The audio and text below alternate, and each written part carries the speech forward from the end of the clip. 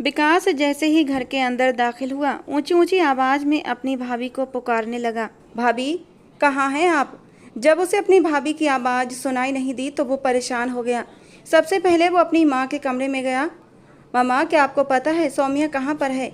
मुझे कुछ भी नहीं पता, ये कहकर उसकी माँ ने अपना चेहरा फेर लिया। विकास को कुछ गलत महसूस हुआ। जरूर अम्मा और सौम्या के बीच फिर से लड़ाई हुई थी। यही सोचकर वो सौम्या के कमरे में गया, मगर वो अपने कमरे में नहीं थी। वो इस वक्त घर के पिछले हिस्से में बैठी सिसक सिसक कर रो रही थी। देव, तुम मुझे छोड़कर क्यों चले गए? तुम्हारे पीछे तुम्हारी सौमी का बुरा हाल हो गया है। ये सब लोग जो तुम्हारे सामने मुझसे प्यार जताते थे, अब मुझसे नफरत करते हैं। मम्मी जी मुझसे बात करना पसंद नहीं करती, तुम्हारी मौत का जिम्मेदार मुझे ठहराती हैं। देव, मैं बहुत तकलीफ में हूँ, मुझे भी अपने पास बुला लो देव। मैं इस बेदर्द दुनिया में जीना नहीं चाहती। ये कहकर सौम्या रोने लगी थी। विकास, जो अभी अभी वहां पहुंचा था, सौम्या के मुंह से ये शिकवे शिकायतें सुनकर उसका दिल दुख से भरने लगा था। वो सौम्या के पास गया और कहने लगा, भाभी क्या हो गया? आप क्यों रो रही हैं? क्या आपको किसी ने कुछ कहा है? उसका बस नहीं चल रहा था कि वो सौम्या के चेहरे से आंसुओं के निशान मिटा दे और उसके होंठों पर फिर से मुस्कान ले आए। विकास, तुम कहाँ चले गए थे? सौम्या ने विकास के कंधे पर अचानक ही सिर रखा और फूट फूट कर रोने लगी। विकास के दिल को कुछ हुआ। उसने सौम्या के सिर को थपथपाया और कहने लगा, भाभी, मैंने आपको बताया तो था कि कॉलेज की तरफ से एक मीटिंग में गया हुआ था। मैंने आपको पहले ही बता दिया था कि मुझे वहाँ 2-3 दिन लग जाएंगे। मैंने आपको कहा तो था कि इस दौरान आप अपनी माँ के घर चली जाना। विकास की बात सुनकर सौम्या ने अपना सर उसके कंधे से हटाया था। विकास, तुम्हें अच्छी तरह पता है मेरी भाभी मुझे बिल्कुल भी पसंद नहीं करती। अरे उनका बस चले तो मेरा इस दुनिया में नामो निशान मिटा दें। मैं माँ के घर गई थी, अभी मैं दरवाजे के अंदर कदम भी नहीं रख पाई थी कि भाभी मुझे देखते ही कड़वी कड़वी बातें सुनाने लगीं। तुम्हें पता है कि मेरा दिल कितना कमज़ोर है, मुझसे ये सब कुछ बर्दाश्त नहीं हुआ और फिर मैं रोते हुए वहाँ से वापस चली आई। सौम्या ने रोते हुए उसे कुछ दिन पहले हुए हादसे के बारे में बता दिया। भाभी, मुझसे गलती हो गई। मैं वादा करता हूँ आगे कभी भी ज़्यादा दिनों के लिए यहाँ छोड़कर नहीं जाऊँगा। कोशिश करूँगा सुबह जाऊँ और शाम को ही वापस आ जाऊँ। उसकी बात सुनकर सौम्या ने एक गहरी सांस ली और कहने लगी, वो सारी बातें तो ठीक हैं, लेकिन विकास, जब तुम्हारी शादी हो जाएगी तब मैं क्या करूँगी? तुम तो ये घर छोड़कर चले जाओगे ना? तुम्हारे पीछे तो ये लोग मुझे नोच डालेंगे। भाभी, आप ऐसा क्यों सोचती हैं? माँ को थोड़ा गुस्सा जल्दी आता है, लेकिन वो दिल की इतनी बुरी नहीं है। और आप मेरी शादी करें तो अपनी पसंद की लड़की मेरे लिए लेकर आना कि वो आपको बड़ी बहन की तरह मान और सम्मान देगी। विकास ने मुस्कुराते हुए सौम्या का दिल बहलाने की कोशिश की थी। अच्छा, मुझे बताइए कि आपको हुआ क्या था? आप अभी रो क्यों नहीं थी? मुझे देव की बहुत याद आ रही थी। ये कहकर सौम्या की आंखों में फिर से आंसू बहने लगे। विकास ने जब उसे रोते देखा तो उसे अपनी गलती का एहसास हुआ। उसे सौम्या से ये सवाल फिर से नहीं करना था। उसे सौम्या का दुख देखा नहीं जाता था। अभी उसकी उम्र ही क्या थी? रो रो कर उसने अपना फूलों सा चेहरा मुरझा लिया था। उसने सौम्या से कहा, बेहतर यही है कि आप भैया को भूल जाएं, क्योंकि अब वो आपकी ज़िंदगी से निकल चुके हैं। आपको अब अपनी आने वाली ज़िंदगी के बारे में सोचना चाहिए। गुजरी ज़िंदगी को याद करके रोने से सिर्फ और सिर्फ तकलीफ ही होगी। मैं कैसे गुजरी हुई ज़िंदगी को भुला दूँ? तुम बहुत अच्छी तरह जानते हो कि मैंने देव से पसंद की शादी की थी। मैं उससे बहुत मोहब्बत करती थी। हम दोनों का एक लम्हा भी एक दूसरे के बिना गुजारा नहीं था।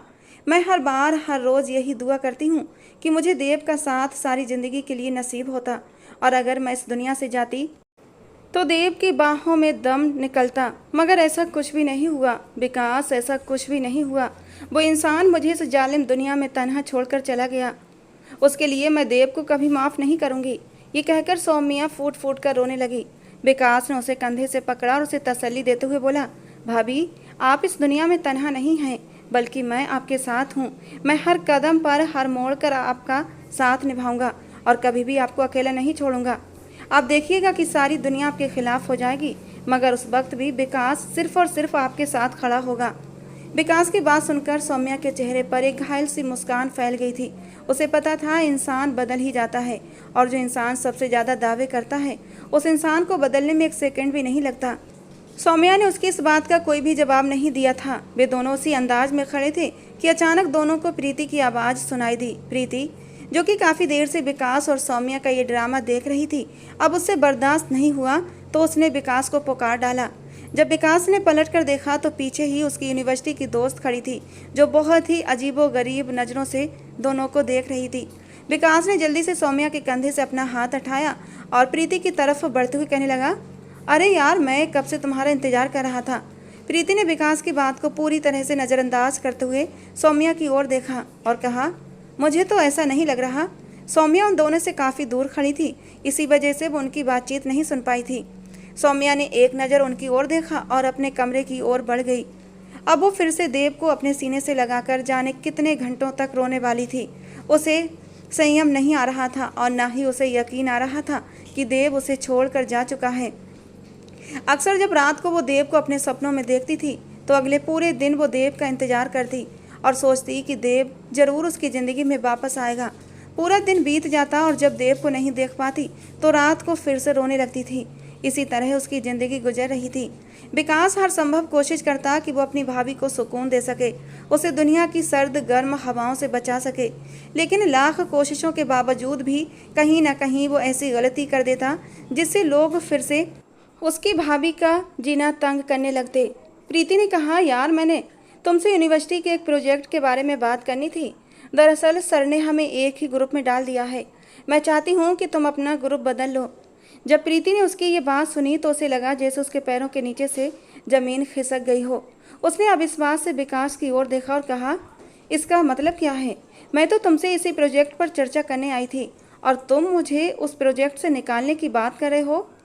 हाँ, क्योंकि मैं तुम्हारे साथ ये काम नहीं कर सकता। लेकिन क्यों? आखिर मुझ में कमी क्या है?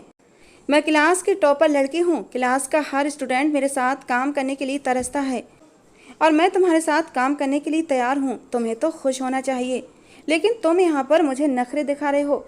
ठीक है, अगर तुम खुद से सर से बात नहीं कर रही तो मैं खुद ही बात कर लूँगा। मुझे यकीन है कि सर मेरी बात मान लेंगे और मेरी मजबूरी को समझेंगे। विकास प्रीति की साइड से गुजरने ही वाला था कि प्रीति ने उसका हाथ पकड़ लिया। विकास ने बहुत गुस्से से उसके चेहरे की ओर देखा और कहा, अभी और इसी वक्त मेरा हाथ छोड़ो। क्या तुम अपने घर में आए हुए मेहमानों के साथ यही सलूक करते हो? विकास के चेहरे पर एक तंज भरी मुस्कान फैल गई। उसने कहा, तुम यहाँ पर पहली बार नहीं आई हो, बल्कि मेरी गैर मौजूदगी में तुम सारा दिन यहीं पर रहती हो और शायद तुम्हारी वजह से ही माँ में इतनी हिम्मत हुई कि आज वो भाभी को इतनी बातें सुनाई हैं और उन्हें तकलीफ पहुँचाने लगी हैं। तुम ये मत समझो कि मुझे कुछ भी पता नहीं है। मैं सारी बातें अच्छे तरीके से जानता हूँ। बेशक मैं यहाँ पर नहीं था, लेकिन यहाँ पर होने वाली हर घटना की मुझे खबर होती है। मुझे बहुत अच्छे से पता है कि तुमने मेरी भाभी को कितनी तकलीफ़ें पहुँचाई हैं। प्रीति का मुंह आश्चर्य से खुला का खुला रह गया था। उसने सोचा भी नहीं था कि उसका पोल खुल जाएगा। उसने विकास को फिर से नहीं रोका था। गुस्से से घर से बाहर निकल गई। विकास ने वकील को कॉल किया और उसे बताया कि भाई की वसीयत के मुताबिक जितनी भी जायदाद भाभी के नाम की गई है वो चाहता है वो भाभी को मिल जाए। वकील ने कहा, ऐसा करो, तुम सौम्या को लेकर मेरे पास आओ, मैं सारी जायदाद उसके नाम कर दूंगा। दरअसल विकास के भाई यानी सौम्या के पति को 3 महीने से कैंसर था। कैंसर के बारे में पता चला तब तक उसकी हालत अंतिम चरण में पहुंच चुकी थी। उसने सौम्या को इस बारे में कुछ भी नहीं बताया, सिर्फ विकास को ही पता था।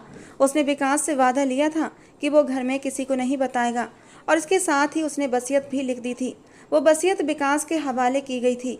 विकास ने अपने भाई से वादा किया था कि वो अपनी भाभी को एक पल के लिए भी अकेला नहीं छोड़ेगा और हर समय उसकी सुरक्षा करेगा। लेकिन देव के निधन के अगले ही दिन विकास की मां का चेहरा खुलकर सौम्या के सामने आ गया था। देव की मां ने सौम्या को धक्के देकर घर से बाहर निकाल दिया। सौम्या घर के दरवाजे के सामने बैठी फूट फूट कर रो रही थी। देव जो अपने भाई की अंतिम रस्में पूरी करके वापस आया था, सौम्या को घर के दरवाजे के सामने बैठा देखकर वो परेशान हो गया। वो तेजी से दौड़ता हुआ सौम्या के पास आया और बोला, भाभी, आप यहाँ क्या कर रही हैं? विकास को देखकर सौम्या के रोने में तेजी आई थी। उसने बताया कि मम्मी जी ने उसे घर से बाहर निकाल दिया है। अब मेरी इस घर में कोई भी जगह नहीं है। विकास, मैं कहाँ जाऊँगी?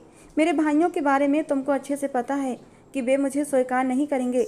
देव के मरने के बाद ही भाभी ने मेरे कान में ये कह दिया था कि मुझे उनके घर में आने की कोई ज़रूरत नहीं है। मुझे ये सुनकर बहुत दर्द हुआ था और उस समय मेरी हालत भी ठीक नहीं थी। विकास ने सौम्या को दिलासा देते हुए कहा, भाभी, चिंता मत करें, ये सब कुछ आपके साथ आखिरी बार हुआ है। अब कोई भी आपको किसी भी तरह की तकलीफ़ नहीं देगा, ये मेरा आपसे वादा है। उसने सौम्या का हाथ पकड़कर उसे घर के अंदर लाया। अमृता जी जो अपनी बहू को घर से बाहर निकाल कर एक शांति महसूस कर रही थीं, उन्होंने जब देखा कि सौम्या फिर से घर के अंदर आई है तो उनका गला कसक उठा था। विकास को सौम्या का हाथ पकड़े देखकर उन्हें लगा कि कुछ तो गलत हो रहा है। वो तेजी से विकास के पास आई और गुस्से से डांटते हुए बोली, ये क्या हरकत है? मैंने इस औरत को घर से निकाल दिया था। जी मम्मी जी, मैं आपको यही बताने वाला था कि आप इसे घर से बाहर नहीं निकाल सकती क्योंकि ये घर इनके नाम है। अमृता जी ने अपने दिल पर हाथ रखा और नाम में सिर हिलाते हुए बोली, नहीं ऐसा नहीं हो सकता, मैं ये बात नहीं मान सकती। ये घर इसके नाम नहीं बल्कि ये तो मेरे बेटे। वो अचानक चुप हो गई। विकास ने कहा, आप सही सोच रही हैं, भाई ने मरने से पहले ये घर भाभी के नाम कर दिया है, बल्कि और भी बहुत सी चीज़ें भाभी के नाम हैं। तो सब लोग सुन लें, आज के बाद कोई भी भाभी को इस घर से बाहर निकालने की बात नहीं करेगा और अगर किसी ने उन्हें तकलीफ पहुंचाने की कोशिश की तो उसे मेरा सामना करना पड़ेगा। इस बार मैं किसी पर भी रहम नहीं करूंगा। भाभी के मामले में मैं किसी की भी बात नहीं सुनूंगा। सौम्या हैरत से विकास को देख रही थी जो उसके सामने एक दीवार की तरह खड़ा था और उसे दुनिया की धूप से बचाने के लिए तैयार था। विकास ने सौम्या का हाथ पकड़कर कमरे में ले गया। उससे पहले कि वो कमरे से बाहर निकलता, सौम्या की आवाज़ सुनकर वो रुक गया और सवालिया नज़रों से सौम्या की ओर देखने लगा। सौम्या ने कहा, विकास, मेरी वजह से अपनी माँ से लड़ाई मत करो। विकास ने कहा कि मैं किसी की वजह से भी अपनी माँ से लड़ाई नहीं कर रहा, मैं सिर्फ अपनी माँ को यही बात समझा रहा हूँ। मैं नहीं चाहता मेरी माँ किसी के साथ ज्यादती करे और जहाँ तक आपकी देखभाल करने और आपको दुनिया से बचाने की बात है तो ये वादा मैंने अपने भाई से किया है। मैं ये वादा मरते दम तक निभाऊंगा और आपको कभी भी शिकायत का मौका नहीं दूंगा। ये कहकर वो तेजी से कमरे से बाहर निकल गया था। सौम्या ने बिस्तर के साथ टेक लगा ली और उस लड़के के बारे में सोचने लगी जो पहले उससे बहुत दूर था। देव और सौम्या की लव मैरिज हुई थी। उस समय अमृता जी ने भी शादी में कोई बाधा नहीं डाली थी, बल्कि देव की पसंद को खुशी खुशी अपना लिया था। देव बहुत ही अच्छे स्वभाव का था और सौम्या पर जान देने वाला इंसान था। उसने सौम्या को अपनी पलकों पर बिठाकर रखा था और सौम्या भी अपने आप को बहुत खुशकिस्मत समझती थी कि उसे देव जैसा पति मिला था। सौम्या गरीब घराने से संबंध रखती थी जहां 2 वक्त की रोटी मिलना भी मुश्किल था। देव ने एक दिन उसे मार्केट में देख लिया और वो सौम्या का दीवाना हो गया था। इस तरह देव सौम्या की शादी तो हो गई थी, लेकिन देव का साथ सौम्या की किस्मत में ज़्यादा नहीं लिखा था। एक लाइलाज बीमारी के चलते देव सौम्या को इस बेरहम दुनिया में अकेला छोड़कर चला गया था। मरने से पहले उसने विकास को अपने पास बुलाया था और सौम्या का हाथ विकास के हाथ में दे दिया था कि मैंने सौम्या से वादा किया था कि मरते दम तक उसका साथ निभाऊंगा, लेकिन मैं उसका साथ नहीं निभा सका। बीच मझधार में ही उसे छोड़कर जा रहा हूँ। विकास, मेरी सौम्या का साथ कभी मत छोड़ना, मैं इसे तुम्हारे हवाले करके जा रहा हूँ। देव इससे आगे भी कुछ कहना चाहता था, लेकिन वक्त ने उसे मोहलत नहीं दी और देव ने अपनी आखिरी सांस ली थी और विकास अपने भाई से किया हुआ वादा आज तक निभा रहा था। बहुत मुश्किल वक्त में सौम्या की ढाल बन जाता। अपनी उम्र से पहले ही काफ़ी बड़ा और मैच्योर हो गया था। अभी उसकी उम्र सिर्फ 21 साल थी। कॉलेज में अपनी पढ़ाई पूरी कर रहा था, लेकिन भाई की मौत और सौम्या के दुख ने उसे अपनी उम्र से पहले ही बड़ा कर दिया था। पूरे घर की जिम्मेदारी उसने संभाल ली थी। कॉलेज के साथ साथ नौकरी भी करने लगा था। पहले वो अपने आप में मस्त रहता था, उसे दूसरों की निजी जिंदगी से कोई खास मतलब नहीं था। विकास अक्सर अपने कमरे में ही बंद रहता था। कभी कभार उसकी बातचीत होती थी सौम्या के साथ। इसके अलावा सौम्या ने कभी भी विकास से लंबी बातचीत नहीं की थी। सौम्या की सास पहले उसे बहुत अच्छा सलूक करती थी, इसलिए सौम्या को लगता था कि उसकी सास उसे गले लगाएंगी, उसे दुलार करेंगी। लेकिन सौम्या की सास ने उसे अपने पति की मौत का जिम्मेदार ठहराया और इतनी मानसिक तकलीफ दी कि अगर विकास उसके साथ नहीं होता तो शायद वो पागल ही हो जाती और अब किसी मानसिक अस्पताल में होती। यही सब सोचते सोचते सौम्या की आंखों में आंसू आना शुरू हो गए थे। प्रीति उस समय अमृता जी के कमरे में बैठी हुई थी और अपने दिल की भड़ास निकाल रही थी। आंटी, आप तो कह रही थी कि आपके बेटे और उस लड़की के बीच कुछ भी नहीं, लेकिन जो कुछ मैंने अपनी आंखों से देखा है उसे मैं नज़रअंदाज नहीं कर सकती। विकास उसके बेहद करीब खड़ा था, उसके कंधे पर हाथ रखा हुआ था और उसे दिलासा दे रहा था। बेटा, मैं तुम्हें यही तो बात समझाने की कोशिश कर रही हूँ कि विकास सिर्फ और सिर्फ इसीलिए उसके साथ है ताकि उसे दिलासा दे सके, बल्कि सच में तो उससे देव से वादा किया था कि वो उसकी पत्नी का ध्यान रखेगा और अब वो भी वादा निभा रहा है। मैं तुम्हें यकीन दिला सकती हूँ कि जब तक तुम उसकी ज़िंदगी में आ जाओगी तो उसे तुम्हारे अलावा किसी और की ध्यान देने का समय ही नहीं मिलेगा। लेकिन वो मुझे अपनी ज़िंदगी में शामिल करने के लिए तैयार ही नहीं है। प्रीति ये कहते हुए अपनी जगह पर उठकर खड़ी हो गई थी और बेचैनी से कमरे में चक्कर काटने लगी। प्रीति बेटा, ये सिर्फ तुम्हारी गलतफहमी है। मर्द हमेशा एक ऐसी औरत की ओर आकर्षित होते हैं जो सुंदर होती है। एक नज़र खुद पर डालो, तुम्हारे पास किसी चीज़ की कमी नहीं है, बस वो थोड़े नखरे दिखा रहा है। तुम देखना, थोड़े ही समय में सौम्या का भूत उसके सिर से उतर जाएगा और फिर उसे अपनी ज़िंदगी के बारे में चिंता होने लगेगी। पता नहीं अब क्या होगा और कैसे होगा। उसने मुझे यूनिवर्सिटी में भी खुद से पूरी तरह अलग कर लिया है। मैं तो शुक्र मना रही थी कि हमें प्रोजेक्ट मिला है जिससे कि आपस में बात करने का मौका मिलेगा, लेकिन उसने सर से बात करके वो प्रोजेक्ट भी ख़त्म कर दिया है। आंटी जी, मुझे समझ नहीं आ रहा कि मैं क्या करूं। तुम्हें कुछ भी करने की ज़रूरत नहीं है प्रीति, बस चुपचाप बैठी रहो और तमाशा देखो। आखिर में फ़ैसला तुम्हारे ही हक में होगा, ये मेरा तुमसे वादा है। मैंने अपनी ज़िंदगी में बहुत सी चीज़ें सीखी हैं और बहुत से लोगों को देखा है। मैं जानती हूँ कि मेरे बेटे विकास को भी बहुत जल्द होश आ जाएगा और वो सौम्या से दूर भागेगा। तब तक हम अपना वादा पूरा करेंगे। सौम्या जो इन दोनों के दरवाजे के बाहर खड़ी थी, उनके मुंह से अपनी और विकास के बारे में ऐसी बातें सुनकर उसे ऐसा लगा जैसे उसके पैरों के नीचे से ज़मीन खिसक गई हो। उसने कभी नहीं सोचा था कि उसकी सास इतनी गलतफहमी पालेंगी। अब उसे प्रीति के व्यवहार की समझ आ रही थी। प्रीति को लगता था सौम्या विकास पर दावा कर रही है और उसे अपने काबू में लाने की कोशिश कर रही है। उसी समय सौम्या ने दिल ही दिल में फैसला कर लिया था, चाहे कुछ भी हो जाए वो विकास से दूर रहेगी। वो विकास को अपने इतने करीब नहीं आने देगी कि लोग उनके रिश्ते पर उंगली उठाएं। आज अपने घर में बात कर रहे थे, लेकिन कल अगर मोहल्ले वालों को इस बात का पता चलता तो वो पूरी तरह से बदनाम हो जाती। नहीं, मैं ऐसा नहीं होने दूंगी। मैं किसी को भी ये अनुमति नहीं दूंगी कि मेरे नाम के साथ विकास का नाम जुड़े। सौम्या के नाम के साथ केवल एक ही नाम जुड़ सकता है और वो देव का नाम है, और ये नाम मरते दम तक कोई हटा नहीं सकता। उसने भरे मन से सोचा। विकास उस समय शॉपिंग मॉल में घूम रहा था। उसने सौम्या के लिए कुछ कपड़े खरीदने का सोचा था। वो कई दिनों से देख रहा था कि सौम्या के पास कुछ ही कपड़े हैं। कल उसने सौम्या के कमरे में जाकर उसकी अलमारी भी चेक की और देखा वहाँ कुछ ही कपड़े थे। सौम्या की सास ने उसके सारे सुंदर कपड़े किसी नौकरानी को दे दिए थे और कहा था कि अब वो एक विधवा है, इसलिए उसे हल्के रंग पहनना चाहिए। सौम्या ने भी उनकी बात मान ली थी, क्योंकि वो भी यही सोचती थी कि देव के बाद वो किसके लिए ऐसे कपड़े पहनेगी। पहले तो वो देव के सामने जाकर अपने कपड़े दिखाती थी और उसकी तारीफ सुनती थी। पुरानी यादें सच में बहुत कड़वी होती हैं और उनकी कड़वाहट सिर्फ आंखों को ही नहीं बल्कि आत्मा तक को जख्मी कर देती है। सौम्या की आत्मा हर बार घायल हो जाती थी। विकास ने एक दुकान में जाकर बहुत सुंदर कपड़े देखे। एक ड्रेस का हल्का बैंगनी रंग था और उस पर बहुत ही सुंदर डिजाइन था। उसने अपने मन में सौम्या को वो कपड़े पहने देखा और उसके चेहरे पर मुस्कान छा गई। वो जानता था ये रंग सौम्या पर बहुत अच्छा लगेगा। उसने सेल्समैन से वो सारे कपड़े पैक करने के लिए कह दिया और फिर उसने सौम्या के लिए और भी कपड़े खरीदे।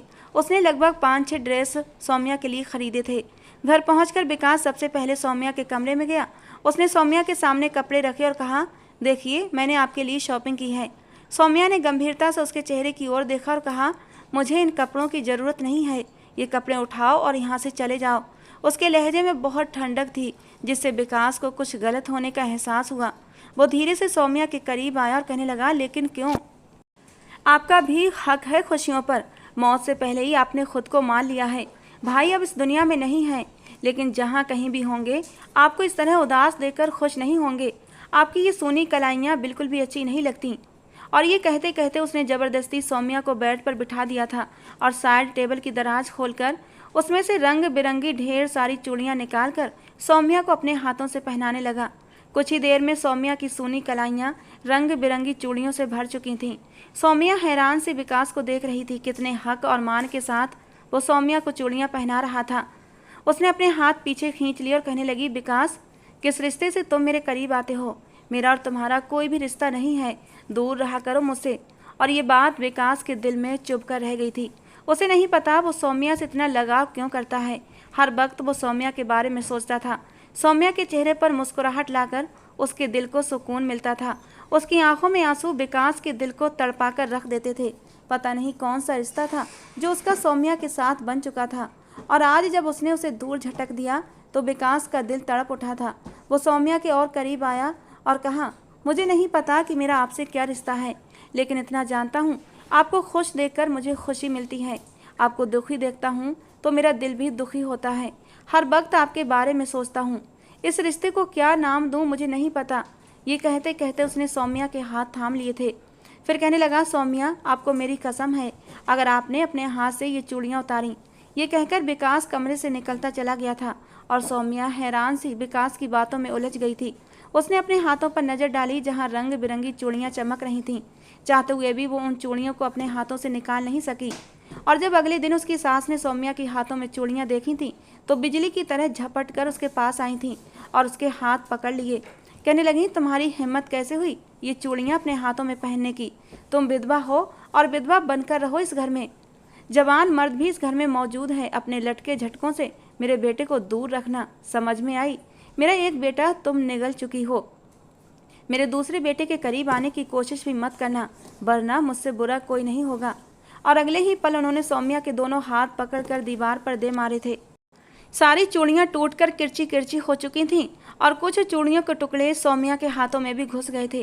वो दर्द से बिलबिला उठी थी और रोते हुए अपने कमरे में भाग गई।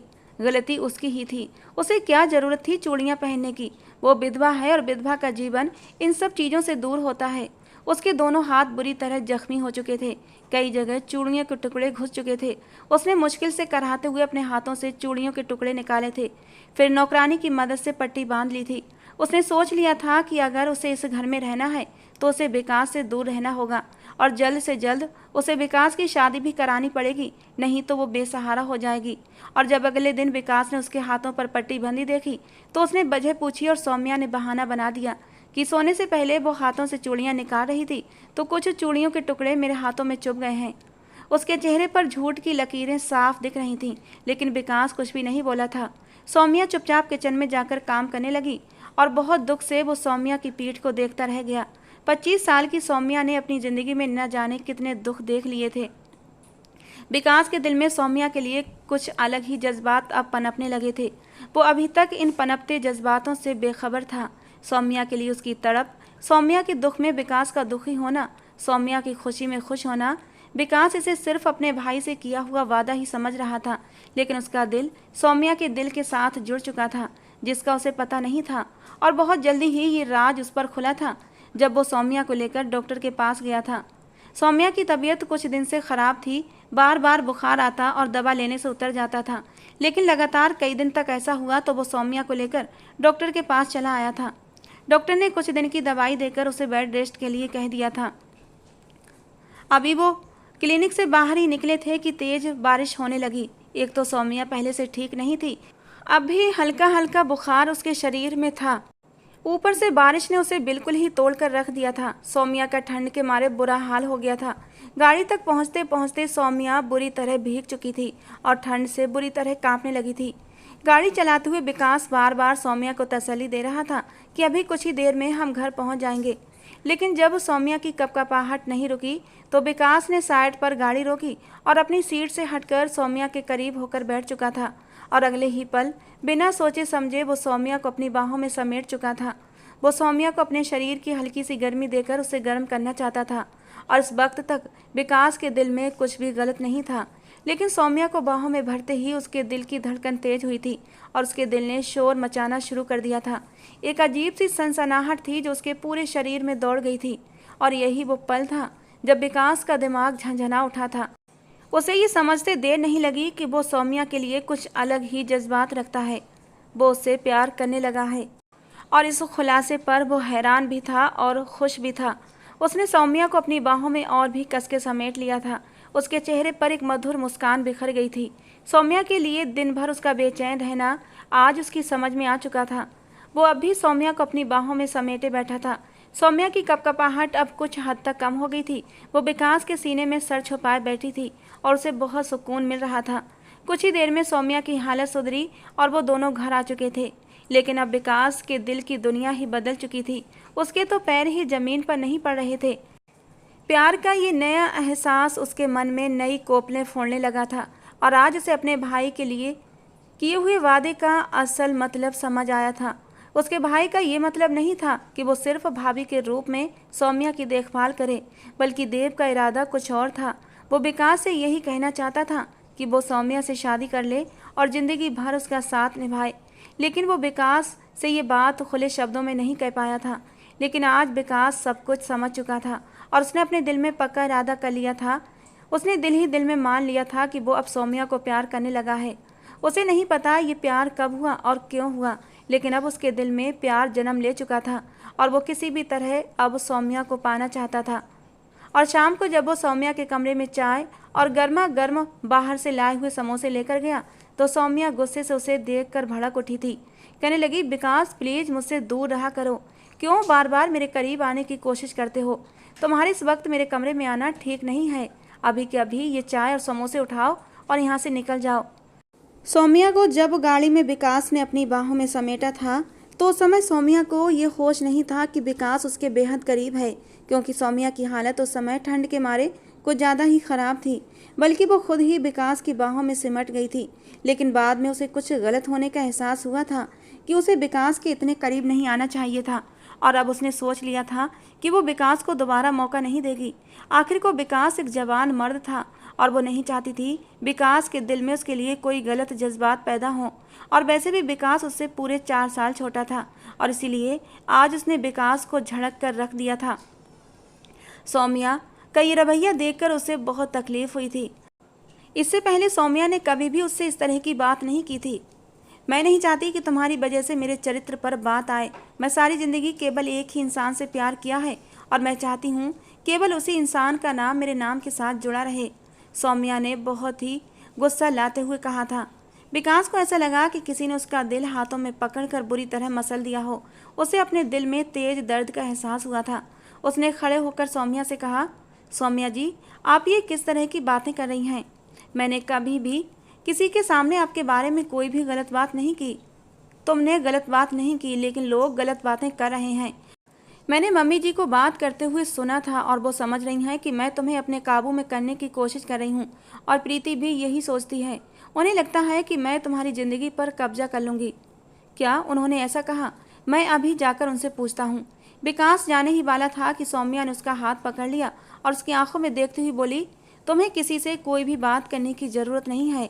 अगर मुझे पता चला कि तुमने अपनी माँ से इस बारे में बात की है तो मैं तुमसे हर तरह का रिश्ता तोड़ दूंगी और मरते दम तक तुम्हारी शक्ल नहीं देखूंगी। ये बात सिर्फ हमारे बीच रहेगी। सौम्या जी, आप इतनी कठोर कैसे हो सकती हैं? विकास ने दुख से कहा, मैं कोई कठोरता नहीं कर रही, मैं वही कर रही हूँ जो सही है। और ये क्या तुम मुझे सौम्या सौम्या बुला रहे हो? भाभी हूँ तुम्हारी, भाभी बुलाओ। कुछ पल विकास सौम्या को देखता रहा, फिर साफ शब्दों में कह दिया, भाभी आप मेरी तब थीं जब देव भाई जिंदा थे, लेकिन अब भैया इस दुनिया में नहीं हैं और इसीलिए मैं अब आपको आपके नाम से बुलाया करूँगा। जबकि सौम्या हैरत से विकास को देख रही थी। विकास आगे कहने लगा कि मैं नहीं जानता कि वे क्या बातें कर रहे हैं। मैं बस आपको बताना चाहता हूँ कि मैं आपकी बहुत इज्जत करता हूँ और आपकी बहुत कदर करता हूँ। अगर आप मुझे अनुमति दें तो मैं आपको एक बहुत ही सुकून और खुशियों भरी ज़िंदगी दे सकता हूँ, क्योंकि मैं आपसे प्यार करता हूँ। जब विकास को एहसास हुआ था तब उसके दिल में ये भी डर आया था कि पता नहीं वो सौम्या से अपने प्यार का इजहार कर पाएगा या नहीं। लेकिन आज अचानक ही बेधड़क उसने सौम्या से अपने प्यार का इजहार कर दिया था और ये हिम्मत पता नहीं कैसे उसके अंदर आ गई थी। लेकिन सौम्या तो उसके इजहार मोहब्बत पर हक्का बक्का उसका मुंह देख रही थी। ये उसने उसे क्या बोल दिया था? और फिर इससे पहले कि विकास कुछ और कहता, सौम्या ने अपना हाथ उठाया और उसके चेहरे पर एक थप्पड़ जड़ दिया था। सौम्या ने कहा, ये कभी भी मुमकिन नहीं हो सकता। बेहतर है कि तुम इसे अपने दिमाग से निकाल दो। उसी समय विकास के फ़ोन पर एक वकील की कॉल आई। उसने वकील को घर पर बुला लिया था। वकील ने सौम्या को बताया कि ये घर और इसके अलावा कुछ ज़मीनें भी हैं और एक फ्लैट भी है जो सौम्या के नाम पर है। हर महीने सौम्या को एक बड़ी रकम मिलती रहेगी जिससे वो अपना खर्चा उठाने लगेगी। सौम्या ने जब ये देखा तो उसने एक फ़ैसला कर लिया। उसने सोचा कि इस घर में रहने का अब कोई मकसद नहीं रहा, इसलिए बेहतर यही होगा कि वो अपने अलग फ्लैट में चली जाए। लेकिन विकास ऐसा बिल्कुल नहीं चाहता था कि सौम्या उसे छोड़कर एक अनजान जगह पर रहने जाए। उसने सौम्या को समझाने की बहुत कोशिश की, लेकिन सौम्या ने पक्का इरादा कर लिया था कि अब उसे यहाँ नहीं रहना। वो विकास के जज्बातों से बेखबर नहीं थी। वो विकास के कदम रोक देना चाहती थी और इसीलिए वो विकास से दूर होना चाहती थी। उधर प्रीति को भी एहसास था कि विकास सौम्या से प्यार करने लगा है और प्रीति विकास को पाने के लिए किसी भी हद तक जा सकती थी और उसने एक बहुत ही खतरनाक प्लान बनाया। सौम्या को विकास से दूर करने के लिए। जब सौम्या एक दिन किचन में काम कर रही थी, प्रीति चुपके से उसके रूम में घुस गई और उसके बाथरूम का नल खराब कर दिया। वो सौम्या को बदनाम करके विकास की नज़रों में उसे गिराना चाहती थी और उसके लिए उसने एक आदमी को पहले से ही तैयार कर रखा था कि वो प्लम्बर बनकर सौम्या के बाथरूम में जाएगा और इधर वो सौम्या को भी किसी बहाने बाथरूम में भेज देगी और तभी अचानक वहाँ विकास को भी भेज देगी। इस तरह सौम्या विकास की नज़रों में गिर जाएगी और वो उसे हमेशा हमेशा के लिए दूर हो जाएगा। यही सब सोचते हुए प्रीति के चेहरे पर एक रहस्यमयी मुस्कान फैल गई थी, लेकिन प्रीति को नहीं पता था कि उसकी चाल उस पर उल्टी पड़ने वाली थी। जब उसने बाथरूम में जाकर देखा तो वहाँ तो उसके भेजे हुए आदमी की जगह विकास मौजूद था और उसकी बाहों में सौम्या बिन पानी की मछली की तरह तड़प रही थी और विकास के होंठ सौम्या के लरजते कांपते होंठों पर झुक चुके थे और सौम्या का पानी में भीगा बदन विकास की मजबूत बाहों में। कहानी में आगे क्या होगा? क्या सौम्या और विकास आपस में मिल पाएंगे या फिर प्रीति कुछ ऐसी चाल चलेगी कि सौम्या और विकास हमेशा हमेशा के लिए एक दूसरे से अलग हो जाएंगे? जानने के लिए इस कहानी का दूसरा और आखिरी भाग जरूर सुने। अब तक का ये भाग आपको कैसा लगा कमेंट बॉक्स में ज़रूर बताना। पसंद आया हो तो प्लीज़ लाइक भी कर देना। तो चलिए दोस्तों, मिलते हैं कल इसी समय इस कहानी के दूसरे और अंतिम भाग के साथ।